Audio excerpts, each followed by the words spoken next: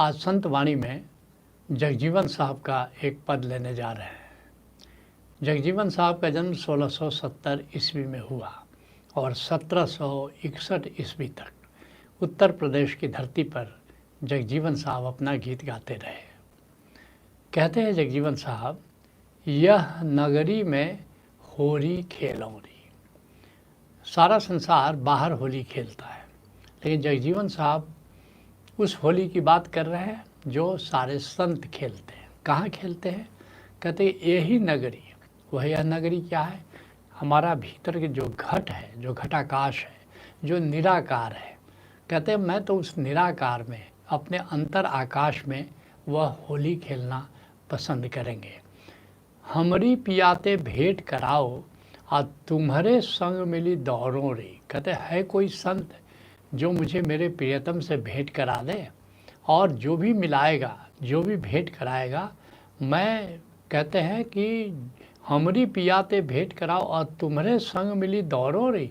फिर तो मैं तुम्हारे साथ दौड़ूंगा, तुम्हारे साथ रहूँगा, तुम्हारे साथ हो लूँगा। क्यों? क्योंकि प्रियतम से कोई मुलाकात करा दे, उससे प्यारा सखा भला और कौन हो सकता है। कहते हैं जगजीवन साहब, नाचो नाच खोली पर्दा में अनत न पीव हंसौरी। कहते हैं अगर ऐसा हो जाए, मुझे प्रियतम मेरा प्यारा मुझे मिल जाए, तो फिर तो अपना घूंघट हटा देंगे और उसके साथ खूब नाचेंगे, घूंघट हटा के नाचेंगे। और अनत न पीव हंसौरी, और मेरा आनंद केवल परमात्मा के साथ होगा, प्रियतम के साथ होगा, और प्रियतम के सिवा अन्यत्र मेरा कोई आनंद नहीं होगा। इसलिए केवल प्रियतम के मैं रिझाऊँगा, केवल प्रियतम के साथ होली खेलूँगा, केवल प्रियतम के साथ रहने का मज़ा लूँगा। इस बात को पलटू साहब बड़े ढीठ और बड़े प्यारे अंदाज में कह रहे हैं। कहते हैं नाचना नाच तो खोल घूंघट कहें। और कहते हैं अरे नाचना है, अपने प्यारे के साथ नाचना है, तो फिर घूंघट क्यों करना? खोल के नाच संसार देखे, और खुल के नाचो। और संसार देखता है तो संसार को देखने दो। अपनी दीवानगी को, अपनी मस्तानगी को छुपाने की ज़रूरत नहीं है। खसम रिझाओ तो ओट को छोड़ दे। अगर अपने प्रियतम को रिझाना है तो फिर किसी पर्दे की, किसी घूंघट की, किसी ओट की ज़रूरत क्या है? और भ्रम संसान को दूर फेंके, और कोई भी भ्रम, कोई भी संशय, इनको दूर फेंक करके अपने प्रियतम के संग रहने का मजा लो। कहते हैं लाज किसकी करे, खसम से काम है, और संसार से क्या लाज करना। काम अपने प्यारे से है। प्रियतम अगर रिश्ता है तो फिर उसको रिझाने के लिए जैसे भी नाचना हो नाचो, जैसे भी मस्ती से रहना हो रहो। संसार से लाज करने की ज़रूरत क्या है? नाच भर पेट फिर कौन छेके, और फिर कौन छेक सकता है? भर पेट नाचो, भर पेट खुशियाँ मनाओ। दास पलटू कहे तू ही सुहागन। कहते हैं कि अब तू सुहागन है, तू सदा सुहागन है, तेरा सुहाग अमर है, और तेरा प्रियतम राजी है, तो फिर और किसी की फिक्र करने की ज़रूरत क्या है? सो सुख सेज तू खसम एके, और फिर तू निराकार की उस सेज पर अपने प्रियतम के साथ सो, उसके साथ रहो। क्योंकि तुम और तुम्हारा प्रियतम दो नहीं है, तुम और तुम्हारा प्रियतम तो एक ही है। कहते हैं जगजीवन साहब, पीव जीव एक एक करी राखो, सो छवि देख रसौरी। कहते हैं कि ये जो प्रियतम है और जीवात्मा है, जो परमात्मा है और आत्मा है, ये अभेद है, ये दोनों एक ही है, दोनों में कोई भेद नहीं है। सो छवि देख रसौरी, और जब इस तरह आत्मा और परमात्मा का मिलन हो रहा है, तो उस मिलन को, उस समय परमात्मा की छवि को देख करके, परमात्मा और आत्मा के मिलन को देख करके सारे दूसरे संगम, गंगा यमुना का संगम भी फीका हो जाता है। इतना प्यारा संगम सुमिरन में होता है। कहते हैं इस बात को गुरु अर्जुन देव जी, उमकियो हियो मिलन प्रभुताई। प्रभु से मिलन की बेला है और उमंग से मैं भरा जा रहा हूँ।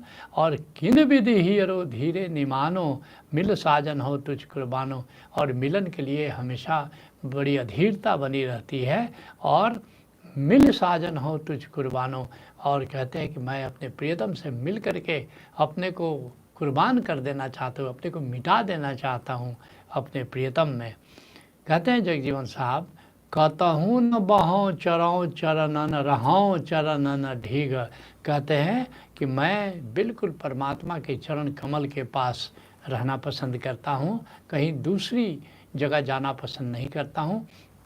और संत जब परमात्मा के चरण की बात कर रहे हैं तो आत्मा की बात कर रहे हैं, चरण कमल की बात कर रहे हैं तो भीतर के सहस्त्रदल कमल की बात कर रहे हैं। कहते हैं ये जो आत्मा है, ज्ञानी जिसको आत्मा कहते हैं, भक्त और संत उसी को परमात्मा का चरण कमल कहते हैं। कहते हैं कि मैं तो बिल्कुल परमात्मा के चरण कमल के पास अर्थात हमेशा साक्षी में, हमेशा आत्मस्मरण में रहना पसंद करता हूँ। मन दृढ़ होए कसौरी, और जैसे किसी खूंटे से रस्सी बंधी रहती है और रस्सी से कोई जानवर बंधा रहता है। कहते हैं कि मैं स्वेच्छा से अपनी आत्मा के खूंटे से अपनी चेतना को बांध करके रखना पसंद करता हूँ, जिसके लिए गुरु अर्जुन देव जी कहते हैं ऐसी प्रीत करो मन मेरे और 8 पहर प्रभ जानहु नेरे। कहते कि गोविंद से ऐसी प्रीत करो, गोविंद से ऐसा प्रेम करो, 8 पहर जैसे गोविंद पास हो, क्योंकि सचमुच वो हमारे पास ही है। चारों तरफ से ये जो आकाश देखते हो ये जीवंत है और ये चारों तरफ से हमको घेरे हुए इसी को इशारा कर रहे हैं। अब मनमह सिंचह हर हर नाम, और मन में नाद की धुन हमेशा बनी रहनी चाहिए, हमेशा नाद की गूंज को सुनते रहो। वही हरि का नाम है, गोविंद का नाम है, अनाहत नाद। और अनदिन कीर्तन हर गुणगान, और रात दिन बस प्रभु की चर्चा, प्रभु की याद, प्रभु की बातें, बस इसी में अपने जीवन का मजा लो। कहते हैं जगजीवन साहब रहो निहारत पलक न लाओ, और प्रभु का जो चरण कमल है बस उसको देखते रहो, उसको निहारते रहो। और मेरा तो मन नहीं करता है कि ज़रा भी पलक भी झपकाओ, क्योंकि एक पलक झपकने में थोड़ी देर का जो विरह है वह विरह भी अब बर्दाश्त नहीं है। जिसके लिए बखनादास कहते हैं डरता पलक न लाऊं। कहते मुझे डर लगता है कि पलक झपका दूंगा तो पलक जब उठाऊंगा तो उसके बाद प्रियतम मिलेगा कि नहीं मिलेगा, कहीं मैं मूर्छा में तो नहीं चला जाऊंगा। और जागे और जगाऊं, कहते हैं कि मैं साक्षी होकर जागता रहता हूँ और परमात्मा में सुरती लगा करके मैं परमात्मा को भी जगाता रहता हूँ। जैसे कोई प्रियतमा है स्वयं भी जागी हुई है और अपने प्रियतम को भी जगाए हुए है। बड़ी प्यारी उपमा है। कहते हैं जगजीवन साहब कि रहो निहारत पलक न लाऊं आ सर्वस और तजौरी, और कहते हैं कि इसके लिए मैं संसार की सारी सुख सुविधा छोड़ने के लिए हमेशा तत्पर रहता हूँ। जिसके लिए कबीर साहब कहते हैं कंचन तजना सहज है। तो क्या क्या त्याग करना है इसको खोल रहे हैं कबीर साहब। सोना चांदी हीरा ये सब त्याग करना ये बड़ा आसान है। कंचन तजना सहज है, सहज त्रिया का नेह, और किसी नारी का प्रेम भी त्यागना ज़्यादा कठिन नहीं है। लोग छोड़ करके अपनी पत्नी को जंगल चले ही जाते हैं, कई लोग गए हैं, वो भी कठिन नहीं है। लेकिन कठिन क्या है? मान बड़ाई ईर्षा, कहते हैं, और दुर्लभ तजनी। ये दुर्लभ क्या है? सम्मान की चाह, प्रशंसा की चाह, और साथ में ईर्ष्या, किसी को देख कर, किसी की प्रगति को देख करके जलना, इसका त्याग ये बड़ा कठिन काम है। कहते हैं जगजीवन साहब सदा सुहाग भाग मोरे जागे। कहते मैं सदा सुहागन होगी, मैं बड़ा मेरे सौभाग्य का उदय हो गया कि हमेशा अपने प्रीतम के पास रहते हैं, उसकी याद में जीते हैं, उसको निरखते हुए, उसको देखते हुए, प्यार से निहारते हुए जीते हैं। जिसके लिए नानक देव जी कहते हैं नानक सदा सुहागनी जिन ज्योति ज्योति समाई। जो परमात्मा की ज्योति में अपनी आत्मा की ज्योति को मिला देते हैं। समाधि की बात हो रही है, सिमरन की बात हो रही है। कहते हैं वो सदा सुहागन है, उसका सुहाग अमर हो जाता है। कहते हैं जगजीवन साहब सत्संग सुरति बरोरी सदा सुहाग भाग मोरे जागे। मेरे भाग्य का उदय हो गया है और सत्संग सुरति बरोरी, हमेशा गुरु के सानिध्य में, गुरु के साथ सत्संग में और परमात्मा की सुरति में, परमात्मा के सिमरन में मेरा जीवन बीतता है। जिसके लिए कबीर साहब कहते हैं गगन मंडल के बीच में जहाँ सुहंगम डोर। कहते हैं भीतर का जो अंतराकाश है वहाँ मेरा ख्याल रहता है। और जो सांसों की डोर है, सोहम आती सांसों से सांसें मेरी सो कहती हैं, जाती सांसें हम कहती हैं।